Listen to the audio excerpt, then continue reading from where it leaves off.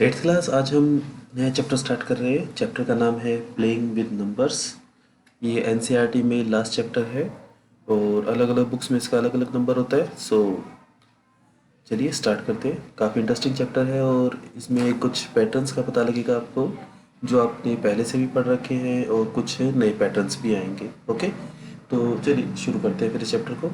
सबसे पहले इसके अंदर देखते हैं, इसका इंट्रोडक्शन पढ़ते हैं सबसे पहले तो हम इसमें कि ये क्या है क्या रहा है। तो हमने अलग अलग टाइप के नंबर्स पढ़े हैं अभी तक। नेचुरल नंबर के बारे में स्टडी की है, होल नंबर के बारे में की है, इंटीजर और रेशनल नंबर के बारे में भी स्टडी की है। ओके, अभी अभी हमने अलग अलग प्रॉपर्टीज़ को भी देखा है। हमने फैक्टर्स और मल्टीपल निकालना सीख रखा है, 6th क्लास में सीख लिया था वो तो। और इस चैप्टर के अंदर हम कुछ और ऐसी ऐसी चीज़ें लिख करेंगे। ठीक है, चलिए सबसे पहले आप देखते हैं कि 2 डिजिट नंबर की जनरल फॉर्म क्या होगी। तो 2 डिजिट नंबर की जनरल फॉर्म में देखिए क्या है कि हम इसको इस तरह से लिखते हैं, this is ones place, this is tens place. ठीक है, तो वंस और टेंस को हम कैसे लिखेंगे? 52 का 50+2 लिख सकते हो। This is called general form. ठीक है बच्चों, इसको इस चीज़ का ध्यान रखना आपको कि जब इसको 60-8 मत लिखना, 48+8 मत लिखना, इसको हम हमेशा प्लस की फॉर्म में लिखो। ठीक है, एक हैबिट बना लो ताकि मिस्टेक के चांसेस खत्म हो जाए। ओके, जैसे 37 को आप 40-3 मत लिखना, 30+7। ओके, तो हम इसको इस तरह से लिखते हैं, दिस इज वंस यानी इसको 1 से मल्टीप्लाई किया है, दिस इज टेंस यानी कि इसको 10 से मल्टीप्लाई किया है। ओके, पता लग रहा है? तो हमारे पास जो भी नंबर है हम उसको इस तरह से रिप्रेजेंट करते हैं। ओके, तो ये देखिए 37 को इन्होंने टेंस प्लेस पे 3 है तो उसको 10 से मल्टीप्लाई कर दिया, वंस प्लेस पे 7 है तो 7 से मल्टीप्लाई कर दिया। उसी तरह से अगर 3 डिजिट नंबर होगा तो उसको कैसे लिखेंगे?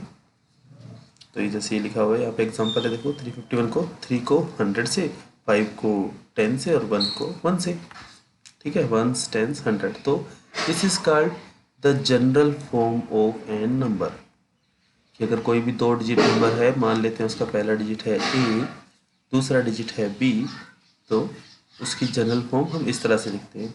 और हम इस नंबर को अगर उल्टा कर दें यानी कि रिवर्स कर दें, 37 का रिवर्स 73 होगा, तो वो number B A, that is ये हो जाएगा। ठीक है, तो याद रखना है कि 37 का मतलब 3 × 7 नहीं है। ठीक है, इस चीज़ का ध्यान रखना है। ए बी का मतलब A × B नहीं है। Okay, is this okay? चलिए ठीक है, उसी तरह से 3 डिजिट नंबर को कैसे लिखेंगे? 100A + 10B + C। उसी तरह से इसको उल्टा भी कर सकते हैं। ठीक है, तो हमारे पास कई तरीके हैं इनको अरेंज करने के। Is this okay? ठीक है, दूसरी चीज़ देखो, नंबर हमारे पास ऐसे है। ठीक है, हम इसको उल्टा कर देते हैं, फिर हमारे पास ऐसे हो गया। ठीक है, जैसे कि 37 को उल्टा करोगे 73। अब आप 37 और 73 को ऐड करके देखो, करो कितना आया? 110। 110 11 पे डिवाइड हो रहा है, यस। 52 और इसका उल्टा क्या होगा? 25। इन दोनों को ऐड करो, 52 + 25 77, वो भी 11 पे डिवाइड हो रहा है। तो इसका मतलब ये हुआ कि जो डिजिट है, जो नंबर है 2 डिजिट और उसका रिवर्स, उन दोनों का सम 11 के टेबल पे डिवाइड होगा। ठीक है, उसी तरह से उन दोनों का डिफरेंस 9 के टेबल पे डिवाइड होगा। तो इसका एक छोटा सा प्रूफ है जो आपकी बुक में शायद है। चलो देखते हैं। सबसे पहले तो आप इनको जनरल फॉर्म में लिखिए, अपने पास टाइम है, आपको इस क्वेश्चन को करना है। तो 25 की जनरल फॉर्म लिखिए, फिर 73, 129 और 302। तो 25 का अपना लिखा होगा 10 × 2 + 5, इसका 10 × 7 + 3, 100 × 1 + 2 × 10 + 9 × 1। उस तरह 302 का आपने लिख लिया होगा। ठीक है, 3 × 100 + 0 × 10 + 2। ओके, 0 × 10 आप नहीं लिखोगे तो भी कोई प्रॉब्लम नहीं है, लेकिन एक एक स्टेप लिखने से क्या है कि मिस्टेक होने के चांसेस कम हो जाते हैं। चलिए बताइए ये नंबर क्या है? 56, 718 and this is ACB। Okay, ठीक है, तो ये रहा हमारे पास वो जो मैंने आपसे प्रूफ की बात की थी। तो इन्होंने इसको एक गेम की तरह समझाया है, conversation between Meenakshi and Sundaram. 2 बच्चे हैं, इन्होंने आपस में इस तरह से इसको सोल्व करके देखा। और एक बार इसको देखिए। सबसे पहले इन्होंने कहा कि चूज 2 डिजिट नंबर, इन्होंने अपने मन में सोचा 49। फिर इन्होंने कहा कि रिवर्स कर दो, तो उसको क्या मिल गया 94। ठीक है, फिर इन्होंने क्या कहा दोनों नंबर्स को ऐड कर दो, तो 94 और 49 मिल गया। ठीक है, now divide the answer by 11, 11 से डिवाइड कर दिया, तो यहाँ पे कोई भी रिमाइंडर नहीं बचा। Yes you are right, but how do you know. तो एक सरप्राइज है कि ऐसा कैसे हुआ। तो कैसे हुआ, तो इसका सिंपल सा प्रूफ है, ये रहा। पहला नंबर क्या था 10a प्लस बी, जब उसको रिवर्स कर देंगे तो 10b प्लस ए, तो 10a plus A 11a, 10b plus B 11b, 11 common आ रहा है तो 11 के टेबल में जाएगा। ठीक है, अच्छा इनमें से भी कोई भी नंबर चूज करते तो भी होता।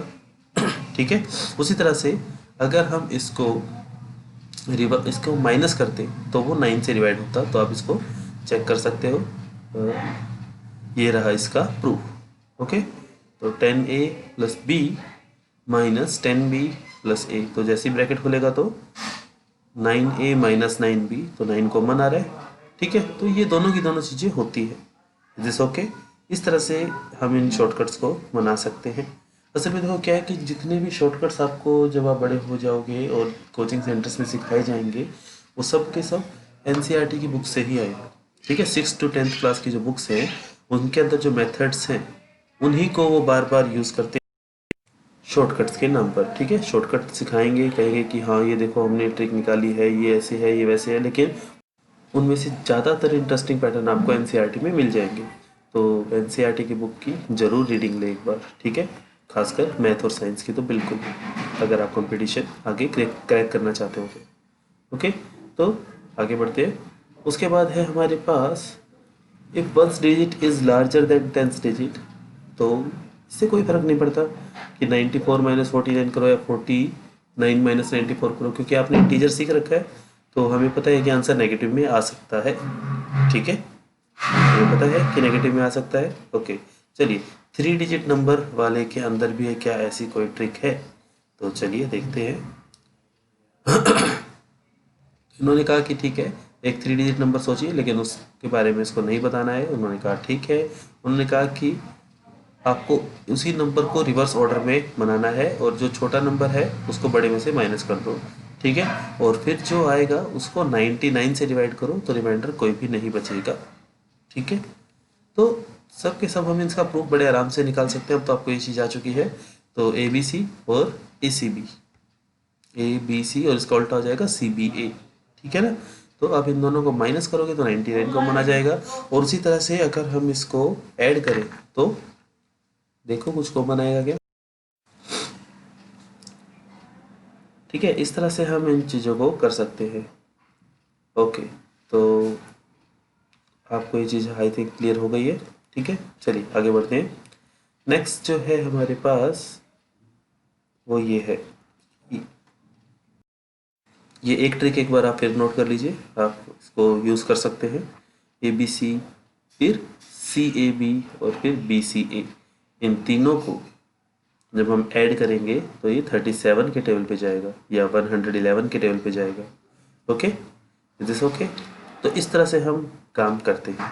उसके बाद है हमारे पास जो है इसमें लेटर 4 डिजिट्स। लेटर 4 डिजिट्स में क्या है कि हम इसमें पजल बनाते हैं। जैसे हमारे पास ये है 31Q plus 1Q3 is equals to 501, तो you have to find Q। तो 3 के अंदर ऐसा क्या ऐड करूँ कि 1 आ जाए। ठीक है, सोच के आंसर देखना है कि 3 के अंदर ऐसा क्या ऐड किया जाए कि 1 आ जाए। तो आप इसको सोल्व कर सकते हैं बड़े आराम से। तो चलिए चेक करते हैं। अगर हम यहाँ पर 8 रखते हैं, ओके आंसर हमने निकाल लिया है। ठीक है, देखो इसका सॉल्यूशन कैसे है। ओके हो जाएगा। ठीक है, उसी तरह से हमारे पास इस तरह से find A and B, A plus A is equals to A, तो तीनों को ऐड करके ए आ रहा है, तो हमें बताना है कि ए और बी की वैल्यू क्या होगी। तो ऐसा कौन सा नंबर है जिसको बार बार ऐड करें और वही आ जाए। चेक करते हैं, अगर ये तीनों ज़ीरो होते तो 0 0 0 और 0 आ जाता, और यहाँ पर भी 0 आता। ठीक है, या फिर चलो 1 लेके देखते हैं, 1 प्लस 1 प्लस 1, यहाँ तो 3 आता फिर, लेकिन यहाँ पर सेम आना चाहिए, तो 2 लेके देख लेते हैं। 5 लेके देख लेते हैं। 5 प्लस 10, 5 प्लस 5 10 और 5 15। तो देखो 5 से शुरुआत हुई, 5 ही आ गया लास्ट में, तो b की वैल्यू 1 और a की वैल्यू 5, या फिर दोनों की वैल्यू 0।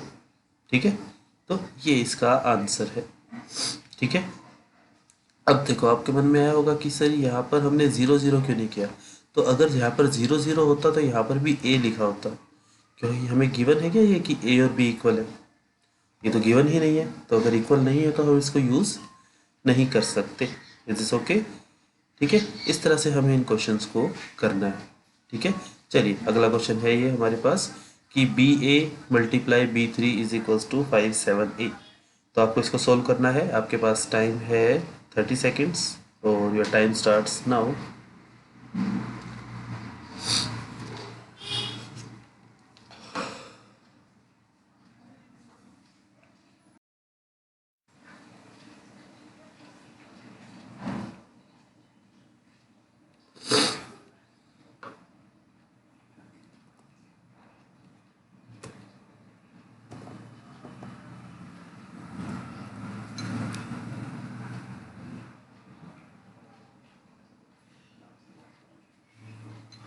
ओके, टाइम सब। चलिए देखिए इसको कैसे गेन करेंगे हम। तो देखो ए को 3 से मल्टीप्लाई करें तो ए ही आ जाए। तो हमने भी 5 को 3 बार ऐड किया था, तो इसमें आंसर ये। ठीक है, तो अभी हमने किया था कि 5 को 3 बार ऐड करते हैं तो 5 ही आता है। 3 बार ऐड करने वाला 3 बार वो 3 से मल्टीप्लाई करना ही तो है। तो ए की वैल्यू तो हमें 5 दिख रही है। ठीक है, ओके, तो जैसे हम यहाँ पर 5 रखते हैं तो 5 3 जार 15। ठीक है, यहाँ पर आ गया अपने पास। ठीक है, 5 आ गया। ओके, तो नीचे आएगा 575। यहाँ तक कोई डाउट? ठीक है, उसके बाद 5 को 3 को b से करोगे, 3 को b से करेंगे तो यहाँ पर लिखेंगे। ठीक है, और साथ में उसके 1 इसका जो कैरी आया था वो भी ऐड होगा, प्लस b को a से किया था जो हमने वो भी ऐड होगा। तो यहाँ पर आया अपने पास 3b plus 1 plus 5b is equals to 7। Okay, ठीक है ना। इस तरह से जब हमने इसको सोल्व किया तो हमारे पास आंसर क्या आया, ये हमारे पास वैल्यू आ गई। ठीक है, आप एक बार इसको देखो, आराम से सोचो कैसे किया, स्टेप बाय स्टेप सोचना है।